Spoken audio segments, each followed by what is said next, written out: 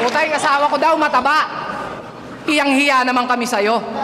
Alam mo ba ibig sabihin ng mataba? Mata at baba mo. Oo, mataba asawa ko. Pero at least may kama ka na, may unan ka pa. Di naman siya katulad ni Ann Mateo eh. Pangkama lang talaga.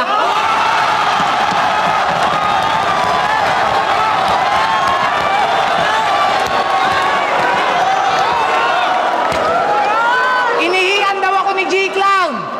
Mali ka ng infong narinig. Sobrang pogi ko kasi, naihi siya sa kilig.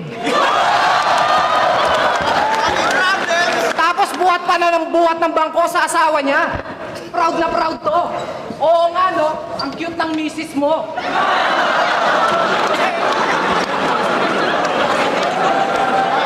At ako daw, yung 2% tataguro.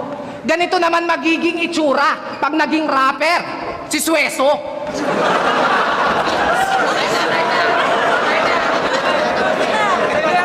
Kilala niyo si Sueso? Yung puro mata?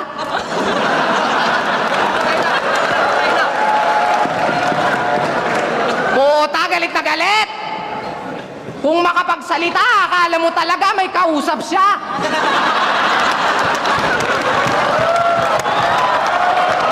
Tangina, bago mo sana ako pagsalitaan ng ganyan, siguraduhin mo munang kausap kita. Pero idol, kamusta? Balita ko, wala nang balita sa'yo ah.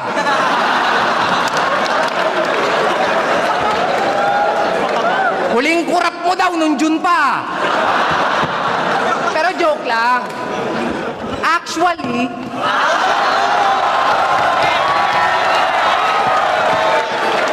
yung battle namin, dapat last year pa.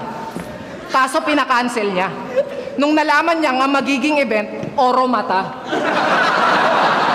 Puta na open si Gago. Eh di ba dati kang lookout?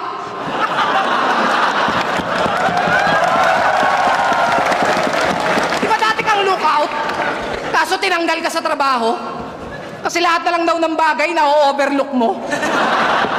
Oh, sabihin mo dito to. Tignan mo naman, tol.